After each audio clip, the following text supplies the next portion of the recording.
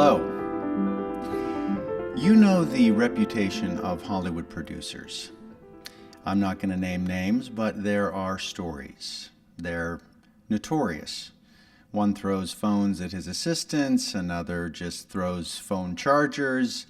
One makes his assistant drive out to the Hamptons because he forgot his favorite shoes at the office. Another makes his assistant scrape the mustard off of his sandwich because even though he ordered it, he's no longer in the mood for mustard. But anyone who thinks that all Hollywood producers are awful never met Joel Rogosin. He was that rare person in Hollywood, a nice guy. Joel always wanted to help people. In fact, that is how he met his wife. He saw a cute young woman waiting on the sidewalk in Palo Alto, and he offered her a ride. She gave him a skeptical look and said, "Wait, are you Joel?" He was surprised that she knew his name, but she replied, "I've heard about you. You are my babysitting competition." Sure enough, Joel and Deborah were the only two college-age kids in a neighborhood of families, and Joel had been taking up some of the babysitting jobs, but Deborah forgave him. She wound up marrying him, and I guess the moral of the story is that you should always pick up women on street corners. After graduating from Stanford, Joel moved with Deborah to Hollywood, and Joel got a job as a messenger at Columbia. He wound up meeting a secretary named Harriet who told him that he should quit being a messenger and start being a story analyst. Sure enough, Joel's friendly nature paid off. Harriet helped him get a job as a story analyst at the new writers building at Fox. Joel wasn't just nice. He was also hardworking, and that is the reason a mere 4 years after being a messenger, he was producing the #1 show on television, 77 Sunset Strip. But becoming a powerful producer didn't change him. People loved working with Joel. He was a kind, egalitarian leader.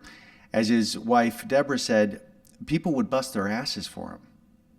And even though he was producing hit after hit like The Virginian, Magnum P.I., Knight Rider, just to name a few, he still dedicated his time to helping others. He repeatedly volunteered to work on the Jerry Lewis Muscular Dystrophy Telethon. He always said that that was his most satisfying producing gig. But Joel wasn't just nice to those that he worked with. He was a stellar family man. He'd take off work early to fly kites with his daughters. He whisked Deborah away for her 50th birthday weekend to a suite in the Beverly Hills Hotel where he surprised her with a room full of friends. Joel was always singing. Deborah's favorites included The Last Dance and Let Me Call You Sweetheart. Joel was far ahead of his time when it came to representation on television as well. He advocated for putting people with disabilities on screen. Of course, the network wasn't as excited about this, but Joel fought hard for what he believed in. He produced Longstreet, which starred a blind insurance investigator. He also worked on Ironside, which showcased Raymond Burr as a detective in a wheelchair. He did what wasn't popular at the time. He even cast actual Native Americans to play Native Americans in The Virginian instead of the typical Italians in dark makeup. Joel was generous with his time as well. After he retired, he taught classes at CSUN, UCLA, USC, even prisons. His best class was called Putting the Show in Show Business. He wanted everyone to experience the joy he had experienced working in Hollywood. Now, Joel's body started to slow down. He was diagnosed with Parkinson's, and Deborah's vision was deteriorating rapidly as well. Joel and Deborah needed to move to a place where they could have more assistance. He visited a friend at the MPTF campus in Woodland Hills and was very impressed with the campus, and he thought, that's a place I want to be. Joel and Deborah moved to MPTF's country house and loved it. It was a place where Joel could get the palliative care he needed, including a gyroscopic spoon which cancels out Parkinson's tremors so that he could feed himself, but he could also continue doing what he loved. Deborah said they took more classes there than at college. Ceramics, painting, you name it. And ever the producer, Joel loved live theater and staged a variety show. As Deborah says, he was bossy in the best way. He was always working at the MPTF Studios post-production site, including a documentary about the transformation of the movie theater on campus. And Joel also continued to write. He had poetry flowing out of him. He was also one of the founding members of the campus writing group, the Gray Quill Society. His original writing was published in all 3 volumes of the Gray Quill Society Review. He and Deborah were even working on a book together called How to Stay Married Without Killing Each Other, with chapter titles such as If You Push the Wrong Button, You Get Off at the Wrong Floor. The MPTF was the perfect place for Joel and Deborah to spend their later years. They renewed their marriage vows on both their 60th and 65th anniversaries with the MPTF chaplain, family, and guests. They always kissed when they met up, when they parted, and a lot of time in between, even when it took a few minutes to find each other's lips. Joel would sing a song for anyone who requested one. As one of their friends, Jen Clymer, says, the ever-social, ever-smiling Joel Rogosin made a positive impact on anyone lucky enough to know him. As Joel's health declined, he had to move to the long-term care unit while Deborah remained at the country house. Joel came up with the idea of renaming the unit. He said, wouldn't it be better if it had a nicer name? And that's why it is now known as the Mary Pickford House, an homage to one of the original founders of MPTF. Most of the time, nice guys finished last, but unfortunately, Joel was one of the first residents to get COVID-19. When the virus first hit, the nurses and facilities department had to mobilize. They kicked into high gear and they got a wing of the hospital building in shape for COVID-positive patients. J-Wing became MPTF's red isolation zone. They were ready in a mere 2 weeks, just in time for the MPTF to see the first positive resident. Each time there was another positive resident, a wave of pain and sadness rippled across the campus. 17 people were admitted to J-Wing. One of those was Joel.